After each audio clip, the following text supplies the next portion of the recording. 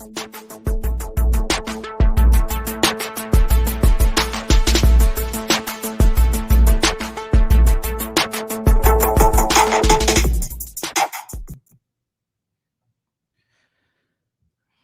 afternoon, and welcome to the Wholehearted Men Show here with your host, Sonic Kamhuza, and my guest today, one of my long time friends here, Christopher Bell. Now, before we start with this edition of the Wholehearted Men Show, I wanted to share Chris Bell's bio, and as I've been doing most recently, I saved myself having to read out the bio, but I'm actually I've recorded it. And so, Chris, we can smile at each other as it's read through. And once it's done, we can get started. Okay. Let's do it. Let's do it. Married newlywed, walking out a message of hope with his bride, Deidre, that muddles hard-learned nuggets of wisdom. Know yourself, heal, forgive, adapt, and dream, because it ain't over. Be a warrior of love. Chris's journey includes being raised in Europe, Africa, and the U.S. in a high-performance military family. He's educated, an award-winning multi-brand entrepreneur, coach, a global technology sales expert, author, vocalist, and a Christian. But none of that made him immune to experiencing heartbreak, making poor relationship decisions, feeling trapped by past trauma, or having to figure out how to stand when life gets devastatingly brutal. His gift, resiliency. I was done, finished. What I didn't know at the time was that my ending was God's beginning. A quote by Christopher Bell III. Nice quote, brother. Hey, man, we do what we can, sir. Okay, that's why I'm saying, and I probably need to have you start first by explaining the genesis behind the quote. Yeah, there are things that happen in your life when you're just tapped out. You're done. There's no oxygen left in the air. You're running on E, and you know that you're finished. You're just waiting for the slayer to come and leave blood on the ground where you once laid. And that's where I'd been emotionally, and more than a few times, I dare to say. And that last time in my life, profound time in my life, that was actually the beginning of the beginning. That's where God showed up. That's where God showed up. When I was done, that's when God really showed up and showed off and helped me understand that my breaking point was his transformational point. Okay. I know a lot about your story, right? Probably like 2 decades worth of your story. Yeah. I love to talk about level friends, level 1, level 2, level 3, level 4. Yeah. And go ahead. I'll let you chime in. Yeah, no, I mean, my story isn't, my story is somewhat complex, but the Cliff Notes basically entail, 2 failed marriages, world travel as a kid, gone to 14 different schools, as a child through high school and college. A lot of uncertainty, divorce, broken family, but an amazing family that I had. So I was able to capture nuggets that enabled me to more than just survive, but to thrive, and to pick up personal characteristics that help me understand I'm better than I performed, and I can step up, and I can be better. And this isn't the end; it's not over. The best part about my transformation was really just my introduction into the transformational power of Jesus Christ, right? It's like not doing church. I've done church. I think we've done church, Sonic. I've done church for entertainment. I've done church for music. I've done church for friendships and fellowship. But the authentic church for me began with real relationships. So I had great guidance. I went through a 12-step program that helped people deal with their hurts, habits, and hangups called Celebrate Recovery. It's a Christian recovery process and program. And what that did is actually lodged some GPS in my mind and in my heart. It helped me understand where I was, because you really can't go anywhere. You really can't plot a course of where you're going until you understand where you are. And you can't come into denial about where you are. You're going to stay lost. You can't say I live in Colombia, but you really live in New York. and then take directions like, you're in New York going to Columbia. It doesn't work that way. At some point, you recognize, okay, I'm not where I'm supposed to be. I'm not who I said I was supposed to be. I'm not what they say I am. So who are you really? And so I came to terms with the fact that I am not really the aggregate of all my experiences and my exposure. I'm really who God says I am. Mm, interesting. And when you come to that point, that's where you can start beginning to make the right turns and the right decisions. And at points in times, you'll hear recalculating on your GPS. And I've had those experiences, but it's been a beautiful journey. I wouldn't trade it. Excellent.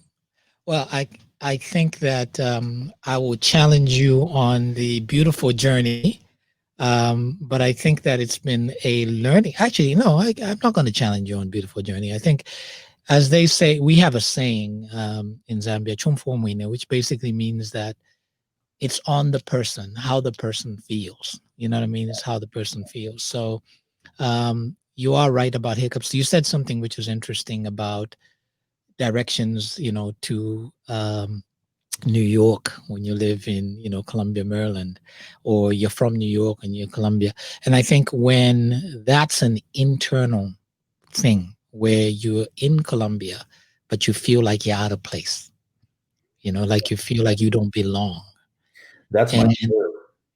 Right. That's my story. I never really I grew up moving every year and a half to 2.5 years as a kid. So all my relationships were short term. Right. I learned to adapt as quickly as possible to the conditions, such as you find them, was the quote, and to learn, unlearn, and relearn as quickly as possible. Mm. So like a character in a movie or a professional actor, at some point you can get lost in a character and forget the truth of who you are, especially when you're in a formative age when that really hasn't been defined, especially when some of the people in the institutions about and around you move around. Like my father was deployed in Vietnam. He was in, Korea. He was not always there. And roles were inverse, where my mom was running things. My mom was a military wife of the year for the United States Security Agency, a Black woman in 1970. Incredible human being, right? So you're having to fit in and adapt in a high performance military environment. And I did it well. But the challenge was I got lost. And that manifested itself in poor decisions, growing up as an adult. And I could go on about that, but we'll dive in. Yeah, we'll definitely dive in, because I think I like what you're doing in terms of background, right? Mm-hmm. Because background is such an integral part of what is a foundation of what we end up becoming, right? Mm-hmm. And a lack of understanding of your past, right, is usually what creates real confusion in the future. When you don't embrace it, or you hold on to it too tightly, right. And you make it so foundational in everything that you do that you don't allow, you're holding on to it so tight your hands aren't open to receive anything. Right. So I think that kind of leads to where we're going, right? Because you were so gracious as to talk about 2 failed marriages, right? And statistically, you and I both know that if you're in your 3rd marriage, according to the statistics in America, it's like 70-something, 73%, right? You hit the number. You read the same stats I did. Exactly. Yeah, 73%, 73 to 74% likelihood, of divorce. So I guess my first question to you is, with all that you've said, why did you get married again? Oh, I love this question. I get this question. Mind you, I'm still a newlywed, right? So the first thing, I was completely healed from the previous divorces, and I got lots of help to illuminate relationship shadows that I didn't even know existed. The second thing is I had learned how to love me first, that I was whole and complete, lacking in nothing. I was different, no question, so that I could really know how to love a wife. You can't love a wife, have someone become one with you and love that person if you don't love yourself. And then I came to trust myself and the inner voice that had always been whispering to me, do this, don't do that. Despite what other people were saying, I muted that voice. I wanted to fit in. I wanted to be accepted. I did not want to be rebellious.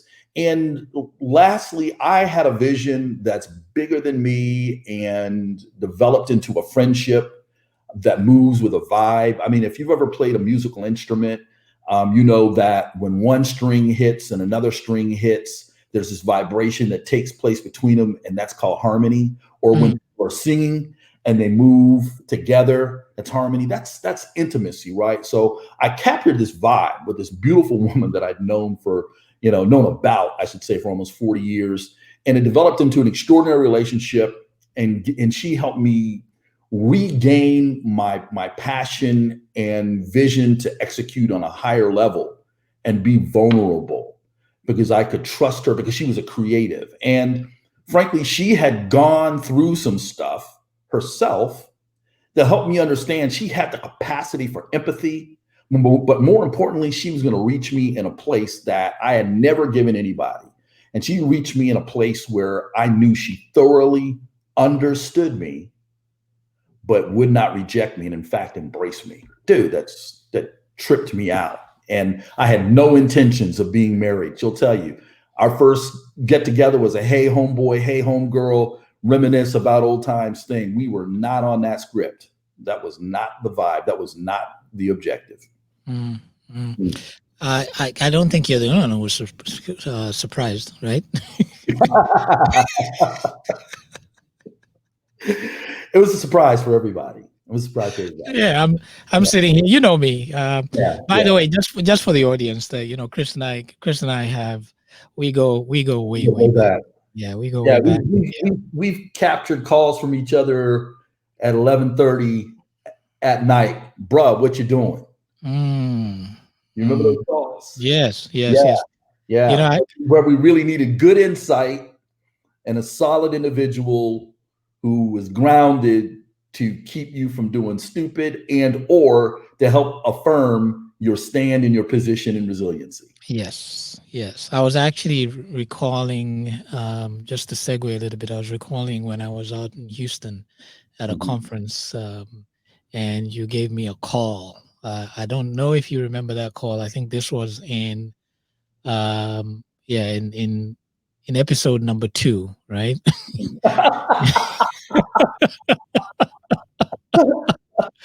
In episode number 2, when you called me and I was in Houston and you were on the precipice of something, and you're looking at me like, I can't remember. I made so many calls. I'm only going to say one word and it might remind you. And it was something about GPS. Remember? I don't. Okay. We'll talk about it. We'll talk about it offline. But it's very, I say that to say that when I hear you speaking, I have been part of watching each phase. You know what I mean? Each phase, or when you are having a high, or when you are having any sort of lows. I have actually seen that, and so I think my thought process for you is always about being intrigued by listening to you talk about the internal process, what that internal process is. Because again, like I said, when I watched you in different places, I have also had the opportunity to dialogue with you at a deeper level than just the dermis side. So what was that internal decision-making process for you? How does that How does that go? Yeah, Sonica, that's a profound question. The first thing I did really was I took some time to go into the cave all by myself. What does the cave mean? What does the cave mean? A place where nobody can see me, not really, not the inner me. They may get the outside, the facade. They may get, the external. But I went to the cave and I healed. And I took care of myself. And then I started listening to my voice. And I didn't like the conversation I was having with myself. That was a jacked up conversation. The things I told myself, I would never tell you or anybody else about me or you. Okay. It was terrible, but it was a lie. It was a half truth. Right. And so I reconciled that what I really wanted to be was happy, like anybody else. But I got caught up in the Christianese, thing about suffering and da da da da da. And I thought, wait a minute, time out.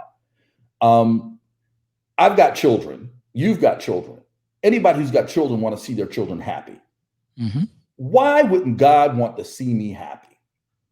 Why am I wrapped up in being okay with going through and suffering and putting myself through this whole odyssey of nonsense wrapped around suffering? So I made a commitment to do what I needed to do to be happy alone. That's the first thing. And then I made friendship with anyone that I was going to deal with a priority. That was going to be it. I was going to learn to be the best friend I could be. I could only have a couple because friends call you out. Like you can call me out. You have authority. You've got license to call me out, right? You're a friend. Amen. We go back. So I made friendship a priority. So even when it came down to, moving on to this relationship with this beautiful woman, her name is Deirdre. It's my wife now. Awesome bride. I made a priority of friendship. We made a priority of friendship, not sex. Mm-hmm. Now, here's what's going to trip you out. Okay. The public doesn't know. Okay. We abstained until our wedding night. Okay. Now, coming from a brother like me, you know me. He's laughing. That's amazing. That isn't done by the natural man. That's done by the supernatural man. There's no discipline that I could actually leverage that could make that happen. The only thing that could make that happen is a layer of spirituality and intention that was honest, that said, what I needed more than anything else was someone that I could trust, a real friend. And I realized, look, I don't know about, I can't speak for anybody else, but I've never, I hate to be brutal, but I've never stroked my friends. Okay. I don't do that. I think it's gross. Right. So I developed a beautiful friendship with this beautiful woman, and it evolved to the point where I understood that here's a person and here's a thing I didn't have to make a project out of. Say that again. I don't have to make a project out of this relationship. There's nothing for me to construct. There's nothing for me to build. There's nothing for me to fix. There's nothing for me to work out to get them right for me or me right for them. Right? So what came out of that was trust and this thing that gets thrown around kind of loosely called intimacy. Right? And what I found out was I could go places with intimacy that no man has gone before. I felt like a Star Trek commercial, man, beginning. Because I could be places and share things in a way, and we could exchange and vibe and move in a way that was more fulfilling than anything I'd ever experienced in my life. And I'm like, whoa, this is cool. This is more than cool. This is amazing. And I also had to come to terms with the fact, we both came to terms with the fact, you can have chemistry with a lot of different people. Chemistry is cool, but chemistry will fail you, okay? Because once you get chemistry out of the lab, it's got to be used. There has to be something left. Right? So ultimately, I wrote, the Cliff Notes is that, I made sure that instead of having the same likes, we share the same values. And for me, ultimately, I asked the question, can you represent me when I'm not here? Oh, wow. Yeah. Is she smart enough? Does she have the heart to relate to people as I would relate to people? How does she go about doing her business? Is she hardworking? Is she trustworthy? Does she have character?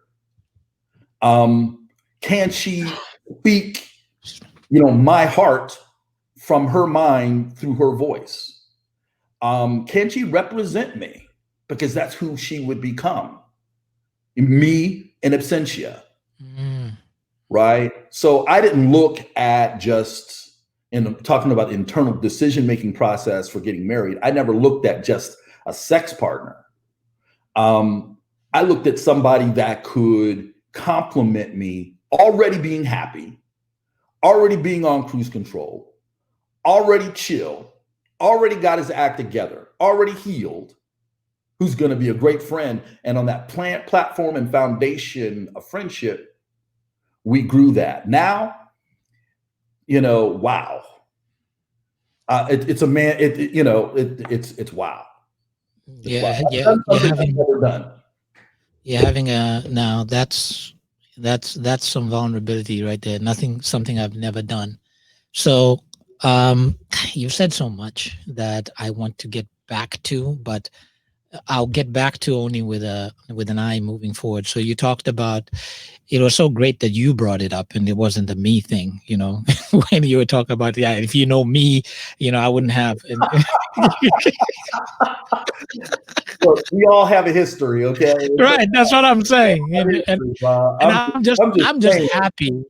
I'm just happy that, in our conversations prior to this, when I was saying I'm not going to go easy on you, and you're saying, yeah, I've got tough skin, that you're beating yourself up more than I would. So I'm good. Yeah, no, actually, I take extraordinary pride in being able to do something that most men can't do, that I never did before.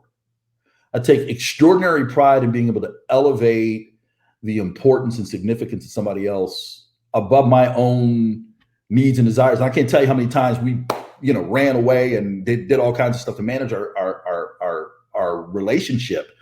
But we honored God. Right.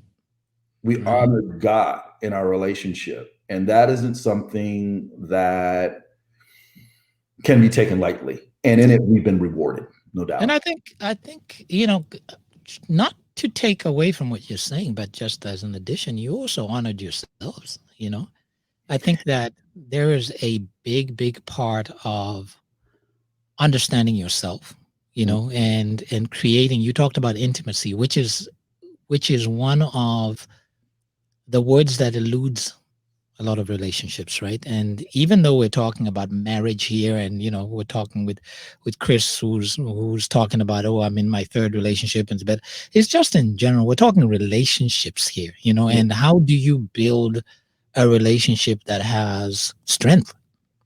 Right. How do you build a relationship that lasts, a relationship that's real? And I think you're saying so many things which anybody needs to take to heart, and what I love about what you're saying, and what I love about the way you're presenting it, is I'm not coming from a place where I was perfect. I'm not coming from a place where I was doing things right. Right. But what I did is I checked myself, right? I checked myself first. And after I checked myself, and did some work with myself, with God, and put myself in a position where I said, okay, do I believe that I am in a place where I can then take the next step, And I think that's such a key part of relationship building. You've said something which I've always prescribed to, which is, if your significant other is not your friend, you have nothing. Because one of the things that I always fall back on my 30+ year relationship is, when we're going through crazy, we burst through the marriage stuff, the relationship stuff, and we just come down to one thing. It's like, I want to talk to my friend. That she says it, I say, let me talk to my friend. Because if I can get past all this business, all this, we have kids, we have, we share bills, we do this, and just talk to the person that is my friend, the person that's my ride or die, then everything else pales in comparison. Absolutely. Everything else pales in comparison. So I love that you said that, because it truly is the best medicine in a relationship, right? And if you carry it into a marriage, it becomes the glue, it becomes that gorilla glue, Right. I think it's profound, and it's important, though, to understand that you can't make a friend a crutch, and they can't be an antidote to your dysfunction. right? You cannot apply them as a fix, right? That's not their role. That's not how you can position a friend, a true friend, a good friend. And having made those decisions up front help. But the fact is that when two people get together, truth is it's typically not enough. You got to have help, and I got help. My fiance Deirdre and I, my wife now, got help. We went out. We got marriage counseling at Celebration Church under Pastor Robbie and Minister Thames. Then we went right behind that and we joined the MAPS Academy. It's a marriage and parenting singles academy. It's about how do I negotiate these hazards that are in the world while keeping my sanity and building a great relationship that can handle, the storm that's out here. Mm-hmm. And so on top of the old school CR that we walked through together, I took a couple of tests that helped me understand, who am I? Like, what's the best way to communicate with me? What's the best way to share information with me? How am I inspired? How do I move naturally? Right. And I was shocked by that. Dude, I thought I knew myself. I'm a Leo, I'm the blah, blah, blah, blah. I thought I was a lion. No, I'm not. I adapt my communication to be like that, but I am not that person. So I realized, my God, I've been working so hard, too freaking hard. Most of my life I've been working too hard. My natural state and condition is to chill. I adapt, certainly, but I like to negotiate where I can, and I'm patient, and I'm feel across the board. But because the world said I've got to be a certain thing, I inclined myself to that behavior and that music communication. So I learned that about myself. My wife learned that about her personality type of communication. And when I was able to understand that, I was able to speak in the tone and the language and the method that she could understand. I liken it to, if I'm listening to 93.9 and you're listening to 96.3, you don't hear me broadcasting if you're on 96.3. Different frequencies. Different frequencies. But we got on the same frequency, and that was the beginning of some magic. Not only that, having the opportunity to hear from other people in that academy who were going through stuff, had been married like 30 years and change, and how they're working out stuff, and other people who are new and trying to figure it out. We realized that we're not alone. And that was the first time, and that helped, quite frankly, gave me confidence to do this again. Well, that you've basically walked into the other question that I have, and you've handled it quite well, because I was like, what were the things that you had to resolve, in order for you to be ready? So clearly what you did was to get educated and to actually do some work, because a lot of people think relationships aren't work.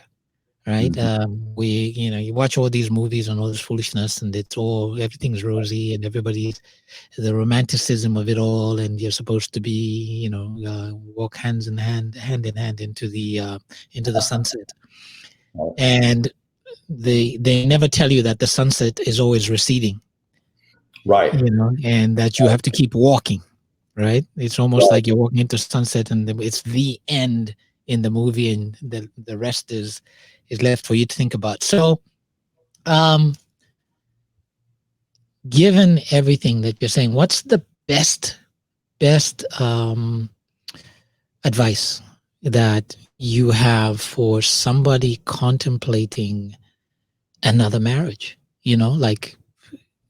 And not their first marriage. In your case, like, what's that point? Because I had a conversation with a friend of mine last week who was on his second marriage, and his thing was, he was ready, and he, just as you're saying, he learned a lot of things in the in between or through the process of that dissolution of that marriage. So what are your key takeaways in terms of prep for another marriage? Part of what you've said: do the work. I've heard, right? Do the work, get know yourself. What other things do you think are poignant in the prep Yeah, process? you've got, you know, if you've had previous relationships, you've got residue that still exists in those relationships. You have to understand what it is, own what's yours, and reject what's not.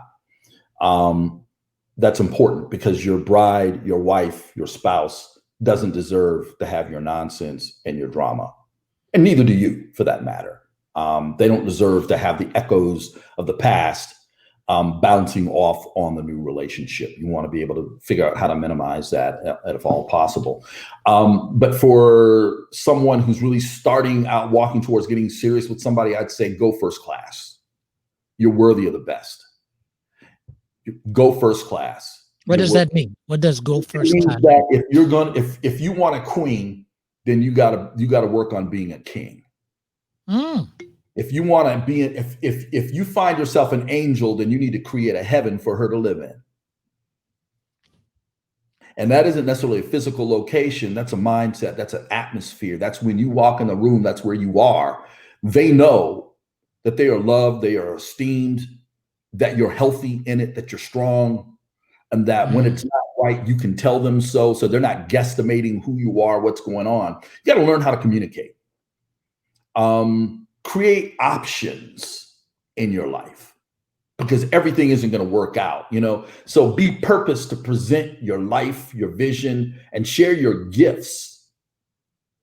Because even if you don't know your purpose, at least you know what moves you, what motivates you. Start there. You've got gifts. God's given you them. Leverage them. Start there. But there's nothing worse than being with people without purpose because they're like parachutes to your progress, man. They will slow you down. They will, you know, they don't know what they want. They don't know where they're going. You do, and they'll talk you out of going where God's called you to be just by wearing you out. But most importantly, I would say be prepared to serve. serve. Serve. Get practice early. Practice taking care of your family. Practice being a good friend to those who are in your inner circle. Practice taking care of people and forgiving people that don't deserve it in your mind, your world, your way. Mm, You know how that goes. I mean, I did prison ministry, right? Cats are locked up and they have no, and you can walk into a place and see hopelessness. I learned a lot about myself and even the jail that I had put myself in. You know, guilt is good for repentance, you know, if it turns you around 180 degrees, but it has a shelf life. It shouldn't actually drive you to shame. I need you to pause and go back to that. The jail that I had put myself in. Keep going. The jail I had put myself in was one of limitations. It was, I can't because. And whenever I began the question, the two words, what if, I dismissed them because there's no way that could happen for me. Mm, Okay. mm, I had put limitations on what was attainable in the context of my spirituality. And I defined my spirituality at many times, unfortunately, errantly by the church address. Okay. right, right. It's Many like, people do.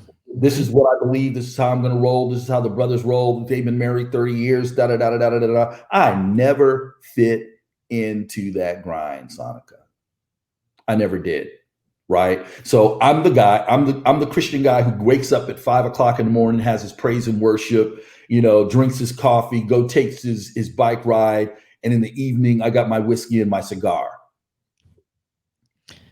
Right. Noted. Noted. I'm that guy, right? And some people ready to throw me out of the church on that kind of stuff, right? You know, Right. so I'm not into legalese. I lead my life in love. So I learned to turn the key on the jail I put myself in by using this one standard. Is this about love? Is this about love? I'm a 1 Corinthians 13 guy. Okay. It doesn't matter what I do. If I want people to be confused at times, I don't want them to be confused most of the time. But if they're gonna be confused, let them not be confused about my love. Let there be no dispute about my love. So if a brother's stepping out, love your way through, control your atmosphere. Right. Don't tolerate the stuff around you, and commit to becoming. Don't think you've arrived. You're always becoming. God ain't through with you yet. So what are you becoming? How are you evolving? What are you looking to become? Is that in alignment? Are you praying the same way God is trying to make you? Are you visioning God's vision? Are you walking that out purposefully, intentionally? How's that going for you, bruh? Right? I talk to cats like that. Their grapes getting crushed, and they're upset because they got crushed. But I'm like, dude, you're wine now. I think the whole self-love thing, okay, Mhm.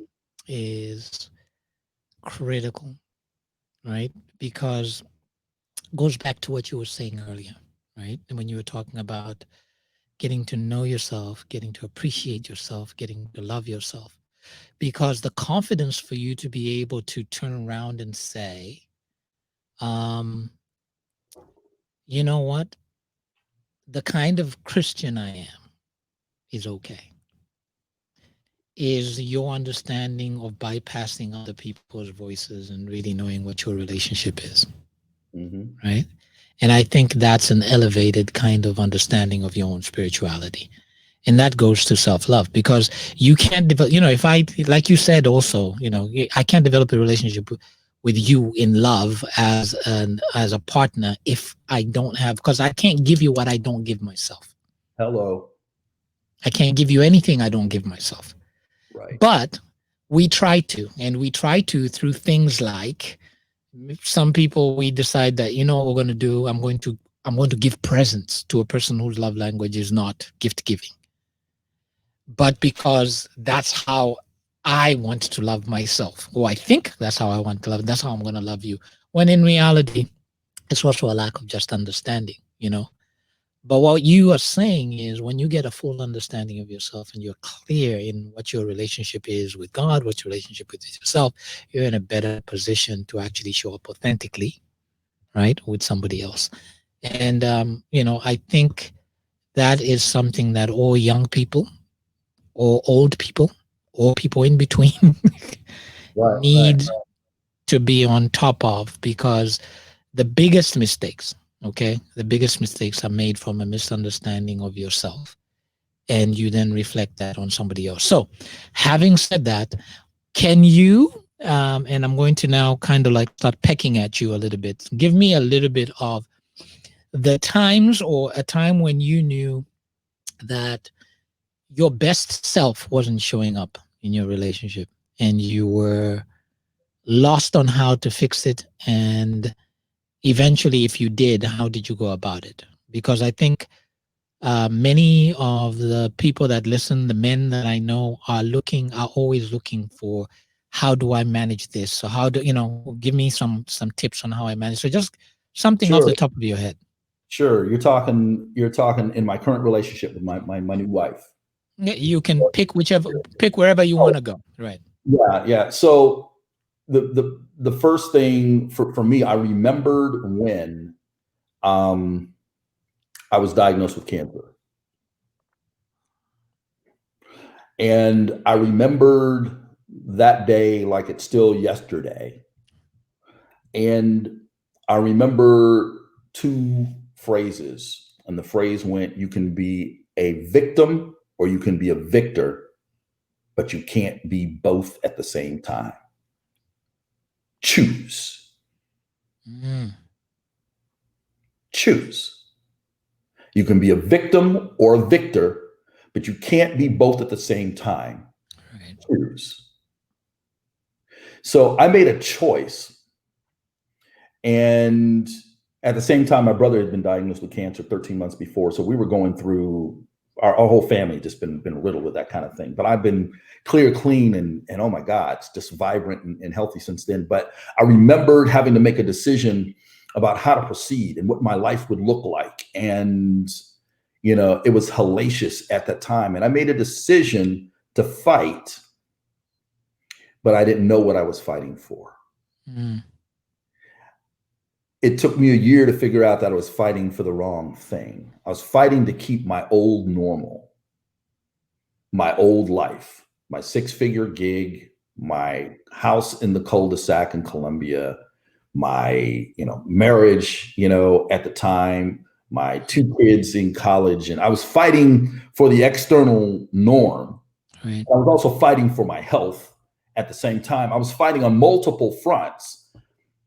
And I didn't realize that being distracted had brought out my worst stuff. I couldn't hide anymore. I didn't have the strength. I was too exhausted to hide my junk. I was too exhausted to hide my fear of failure. I was too exhausted to hide my codependency. I was too exhausted to hide my people-pleasing instincts. Right? I was too exhausted to hide that stuff. And so my advice to anyone who's going through, when they hit that inflection point where life punches you flat in the face, is accept it, learn how to roll with the punch, Right. And then make a decision to be a victor. And that doesn't mean you working so hard as much as you learning how to rest in it. Chill. Stop flailing about. I flailed about, man. I ran about trying to fix everything for everybody all the time and couldn't fix myself. Okay. I think I was there. Just chill.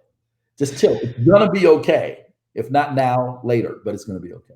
Now, to your credit, I think that with all the tools that you were working with at the time, and all the circumstances that were happening and everything that was swirling, you handled it like a soldier. Because the one thing that I can always say about you that is bar none is you're always fighting.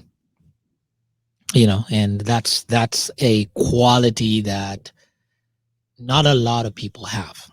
And when you are in the arena, I think it's Brene Brown that kind of quotes, I can't remember, she quoted an old American, I think it's Dwight Eisenhower, who may have written this thing about being in the arena, right? And Franklin Roosevelt, right, being in the arena. Yeah, thanks for the correction. Mm-hmm. And it's about being in the arena. And, it's not the people who are in the stands who are shouting and screaming. It's the person who's in the dirt, you know what I mean, who's actually out there on the floor, willing to stake whatever it is that they're willing to stake, in the arena, fighting. And if you taste the ground and you get knocked down, getting up, those are the people who are daring greatly.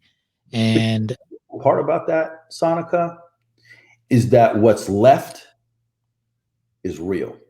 Right. The friends are real.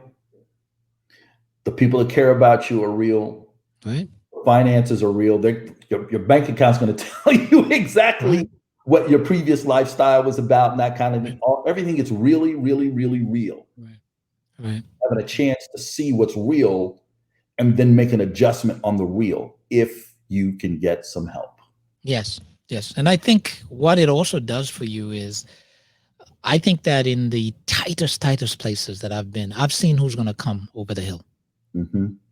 And I think that's part of what you're saying, the clarity to say that when I'm at my lowest point, who is actually going to come over the hill for me?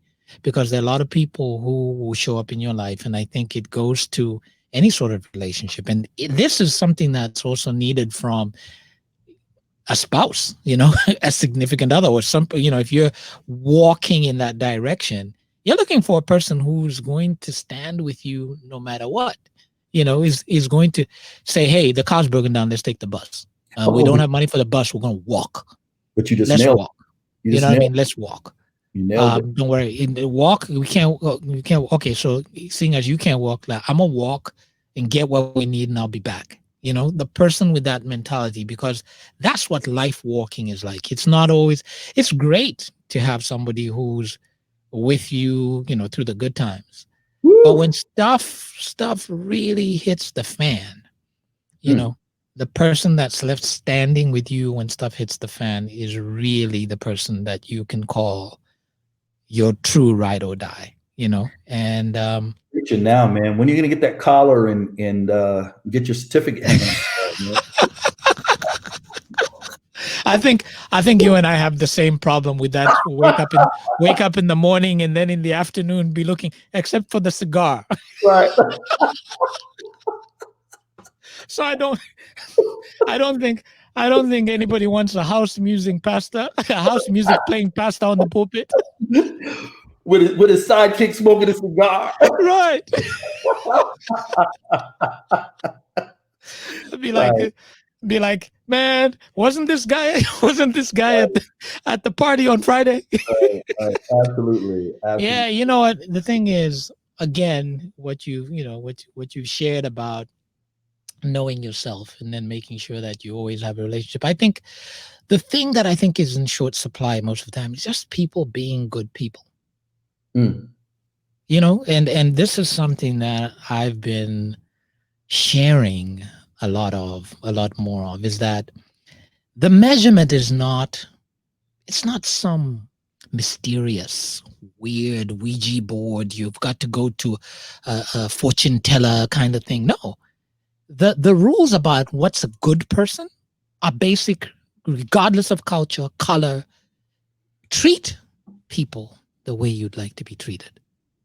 So the problem, I agree wholeheartedly. The problem with that isn't modeled even in our own faith communities. Mhm. Okay. Right. That's not the message. Here are the rules. Actually, here's the doctrine. Okay. Here are the rules. Here's how we go about evaluating your worthiness to interact with us at this level. And if you accomplish these things, do these things, then we'll consider you for X, Y, or Z and whatever in certain circles, not all. But the problem is that even in this political atmosphere, as it is, there is a very loud, though small group of people who are basically pronouncing, unless you vote for this guy, and follow these policies, then you are, you're falling out, Right. of the basic, the mainstream community. These things are dangerous to me. To your point, what does good really mean, and is good enough? Right. Right. Right. So as we look at the models for good out here, where are you going to find models for good? Are they going to be on your mobile phone? Is that the models for good? Or are they actually in real interactions? And how do people bridge the gap over the chasm that exists in a matter of their distrust? They've been crushed, or there's failure, and there's fear, and there's dysfunction all around them. How do they get cross that bridge to even see what good really looks like? When advertising and marketing is basically telling you that you're insufficient. That's the whole premise of advertising and marketing. Say that you would be better, this would be better, this is This better. would be better if you spend your money. X amount of dollars. Therefore, by default, you're not good, or the way you're doing it isn't good enough, or the way you look isn't good enough. If you bought these clothes or exercised here, you did, you're just not good enough, right? So with not good enough messaging in this world right now, people know good people. They stumble on them, and it's glaring, right? Right. They give off a thing, they do a thing, and they want to be a part of that. They're looking for Right. good people as leaders. Right. Love them, man. Keep pressing. No, yeah, you've actually made my point, because what I keep telling people all the time is I don't curse because I don't like being cursed at. Mm-hmm. Right. I can get away with certain things in my own home, because I'm with these people all the time. And in COVID, it's our worst and best is coming out during this crazy time. Hey. But one of the things that I said the other day is I was talking to my family, and I said, you know what?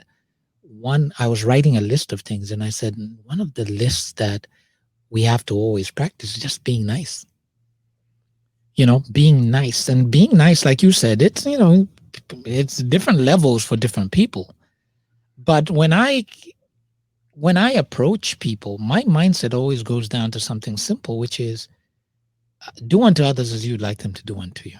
Mhm. It's as simple as that. Now that, of course, like to your point, there's, as long as it ain't crazy. You know what I mean? Because some of us have some crazy tendencies, and it's like, yeah, I'll do that. You know what I Right, mean? But right, right. but it's within reason of doing things that are actually beneficial for you and for other people, right? Right. So okay. So now we're talking about the golden rule is what you talked about, right? Right, right, right, What right. about the platinum rule? Mm. The platinum rule says I'm going to treat you the way you should be treated, and I'm not looking to decide how I get treated in it. Oh, I love that. I love that. It's I love it because the ideal and the idea behind it is fantastic. Hmm. And I think some of us practice that with certain people, Hmm. but it is so servantly that it is not common language. Right. So it's a You, teaching moment for you, right? You have an right? opportunity to share and to teach and to elevate the common uncommonly. Hmm. As you think about it, you actually do it, but you haven't intentionally defined it. And now that's something you concede that can be shared. All those words are too deep for me. You know what I Don't mean? get me I'm started. very, yeah, Oh, you know. Jay, no, no. I'm on top of the educator. Don't get me started. All the I've been things. trying. I'm using simple language here. I think all those terms just sound too. I'm not educated, so that's a little bit too much education for me, buddy. They said the You same know. thing about Jake, man, but you did okay, all right? I ain't trying to get all complicated like that. You're like throwing some heavy loads, and I'm like, what's he talking about, man? That's way too deep for me. No, I mean, you make a great point, and what I'm hearing from you is that in order to be successful, because one of the things that is successful in a relationship, one of the things that I think I've been looking at in this series of topics is really what I call ordinary people in extraordinary circumstances. You know what I Right. mean? Mhm. And having some extraordinary stories Mhm. and not being in a position where we can necessarily, like drudge up a lot of the stuff that you've been through and a lot of your story. Mhm. And I've allowed you to I've let you do what you do, which is when you're always telling a story, you're really good about backfilling. Mhm. And, it's been very helpful, I'm sure, to the people that are listening. But I think you have an extraordinary story. There are many things which we haven't shared in this conversation, which have always kind of shown me your resilience, and you kind of threw out the cancer thing, like, and I remember that section of the story, Yeah. and I remember the section of that story, and it wasn't pretty, Mm-mm. it wasn't clean, it was messy. Mhm. Um, but look, but the way, like, so I say, it's always such resilience, and I think it's important to embrace that. It's important for you to hear that from, brothers who and a brother who, loves you dearly, loves you as a person, as a human being, Mhm. and it truly appreciates your walk, because I've seen you navigate some crazy, crazy stuff, you know. And so, tell me about happiness. Tell me about joy. Woo! Tell me Wow. about that. And we're at this place. We've got a few minutes. Why don't you talk to me about happiness and joy and what that looks like for you? Happiness for me is waking up next to my queen. I've waited. I think, in fact, part of my I still remember part of my wedding statement to my wife. I said, "I've been waiting in eternity for the woman who would share my dreams with an open heart to pour my love inside, whose beauty shines from inside out like a diamond love shines from her heart. She's a trusted friend with whom I can confide. And now my wait is over. Here comes my bride." Mm, Mm. right? So I've always had a vision, and God has honored my vision beyond my hopes, dreams, and expectations. What I thought about, I'm getting exponentially more. Wow. Yeah, Wow. exponentially more. Joy looks like for me being able to walk, literally just walk. There was a time I went through a season of time I couldn't walk. I was actually on a walker for like a week and a half, 2 weeks, such pain. But, more than walk, I ride, run, I do all kinds of stuff, man. I'm in great shape, very fit, that kind of thing. But you learn not to take anything for granted. Amen. Go through what I've gone through. Um, I've learned the power of laughter, and this is how my wife actually got me. This is when I fell in love. We laughed in a restaurant and closed the joint down, laughing. We still laugh. We laugh. That is the most consistent expression in our relationship. Right. Over and over and over again. Dude, we laugh. That's my friend, but she's my lover and she's my better self. And so I get it all. I've got as jobs go, I've got a great paying job in an era of COVID. Both of us. Right.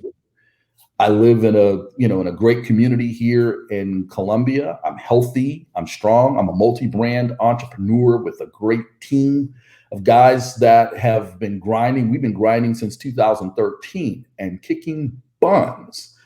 My wife is a creative. She's got her own line of wearable art and jewelry. This stuff. She made our wedding band, and right. We're moving our house this week, consolidating here, getting another house. That's what joy looks like. It looks like when some people are complaining and you've been there complaining, that you realize that God is not hearing complaints, he's hearing praise. And I remember praising my way through stuff, and I still do. Right. Good or bad. Good or bad. So joy for me feels like being able to just lift my voice and have people like you know my story and still choose to have a relationship with me.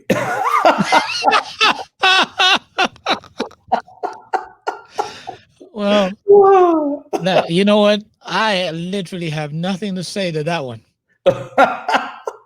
You've seen the good, bad, and the ugly, man. Yeah, you have got me with that one. I probably need to masticate on that one a little bit. Like, yeah, why am I still friends with this guy?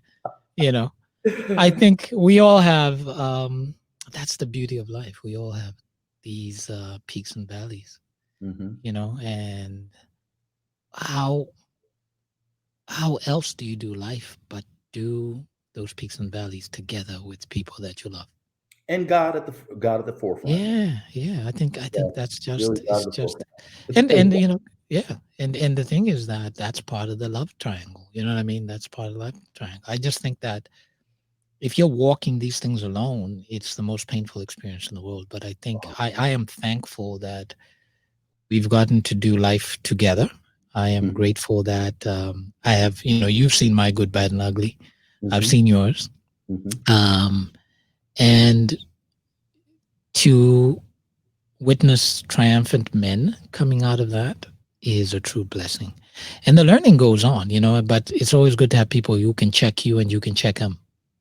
Absolutely. Accountability is key. Right. It's key. We've grown to know it. There's no way a man can walk out in holy boldness in this climate without somebody he's given permission to hold him accountable. Yes. Too much stuff that can force him off the tracks. And real honest accountability. But I am always aware of time, my brother. I am so grateful you taking the time to join us here on the Wholehearted Men Show. You know that my goal has always been to bring conversations that really nurture the emotional and mental part of men's lives, to the forefront.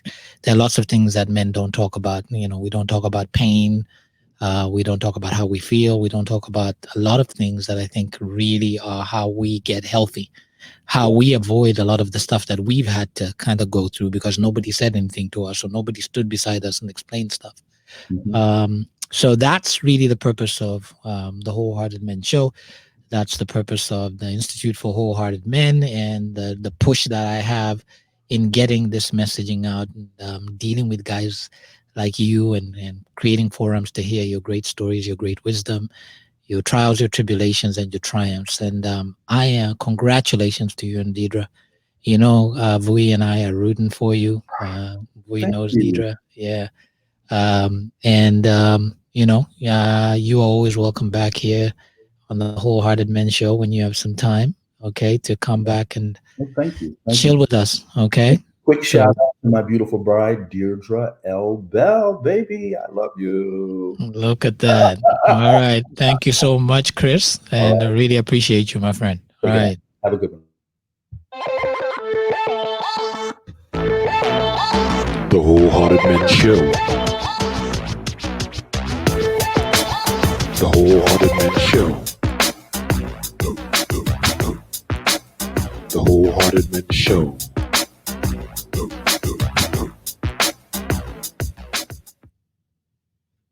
You're listening to Sonica on Wholehearted Men.